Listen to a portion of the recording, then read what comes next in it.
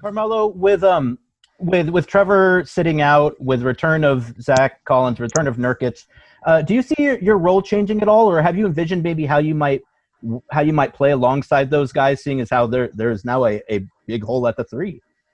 Yeah, well, I mean, the good thing is I get to go back to my original position, which which is playing at the three, where I'm actually very comfortable at that. I've been doing that my whole life. Just over the past, couple years is where I started moving, transitioning towards, playing the four more when got teams is going small. So it's that was to my advantage as well. But I think today in this game, it's positionless. There's no positions no more today. So it doesn't matter, when people put an emphasis on you playing the three or you playing like we out there playing. At the end of the day, the schemes are going to be the same. We're going to figure it out. Guys going to be able to have to, guard multiple people and know multiple positions on the court. So you just never know what's going to happen. So as far as, missing Trevor, yeah, hell yeah, we're going to miss Trevor. I mean, especially in this time, because this is where, his veteranship and his leadership, would have came into play. We all know experience, plays a big part in what we're trying to accomplish here. So we're going to miss him from that standpoint. But with that said, to answer your question, as far as positions goes, there's no more positions in the NBA no more at all. You just go out there, put a five out there to go and see what happens. My role is to continue to do what I've been doing since I've been here, right? And that has been clear cut for me from day one, before I even got here with that conversation. And we all have stuck with that plan. And as you can see, it's worked. It's worked to an extent.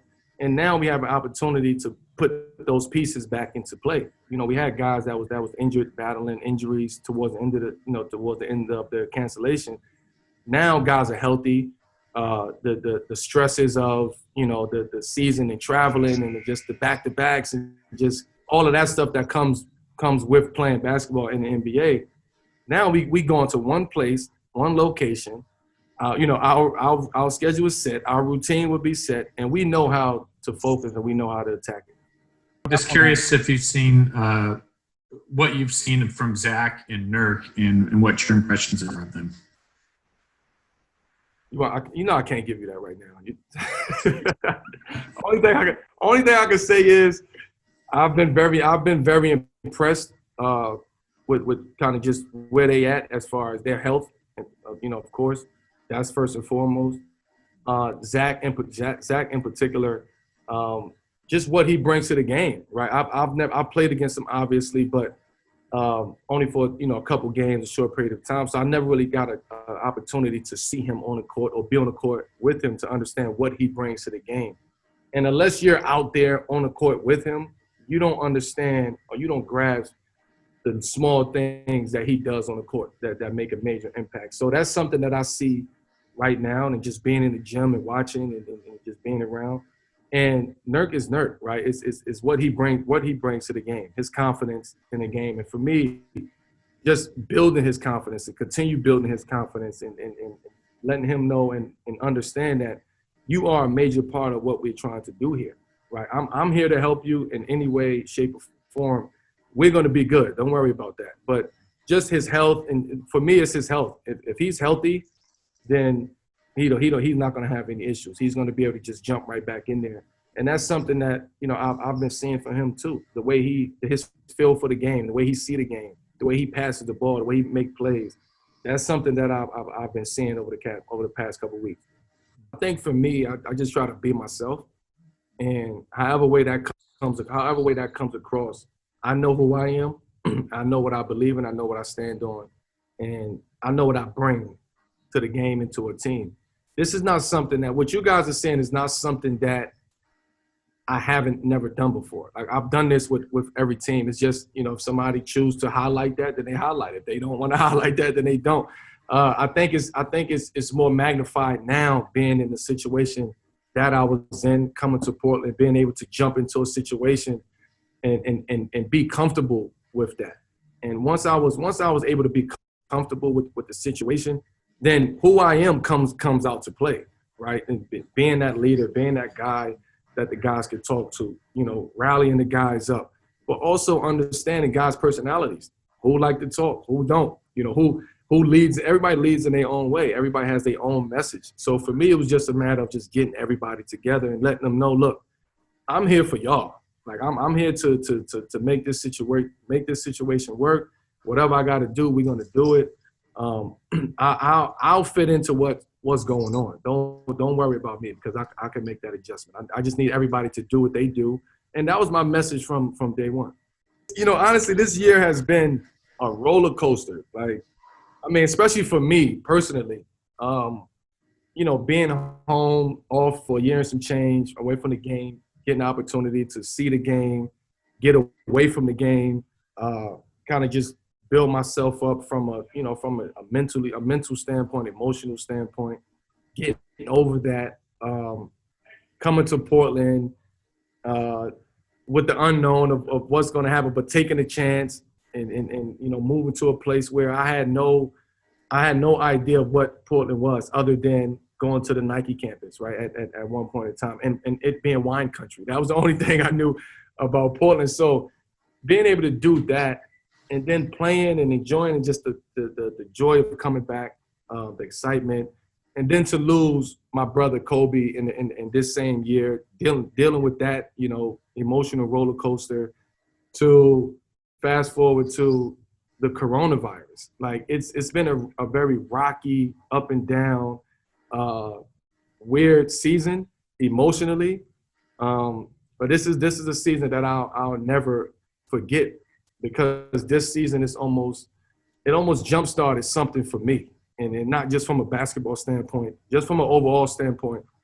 I was able to take what I've experienced and learned and figured out in that time off and apply that to not just basketball but to life, and that's where I'm at right now.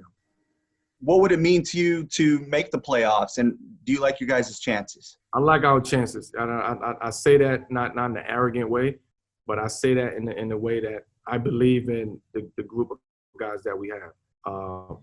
We're healthy. Guys are ready to play. Guys are focused. Guys are locked in. This is something that we talk about on a daily basis, how important it is to go down there and be locked in from the jump. So everybody seems like they on the same page, right? They are very aware of what's at stake. And for me to go down there, and I think we have the hardest uphill battle, right? And because just where we at position-wise, we sitting in ninth right now. We got to stay within that 4 games, of eighth spot. So we don't have no time to slack in those 8 games going down there. So we got to go. We got to get it going. And then after that, we still is like playoffs for us before the playoffs.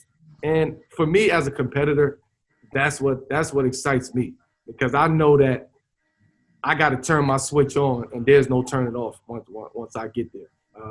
As opposed to a regular season, you're usually taking the 8 to 12 games to kind of get your feet wet and figure things out and get back in the excitement of the league, the first 2 weeks of the first month of the season.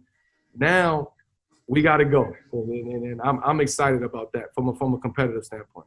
Is there anything about this time, this era, that gives you more hope that change can come about?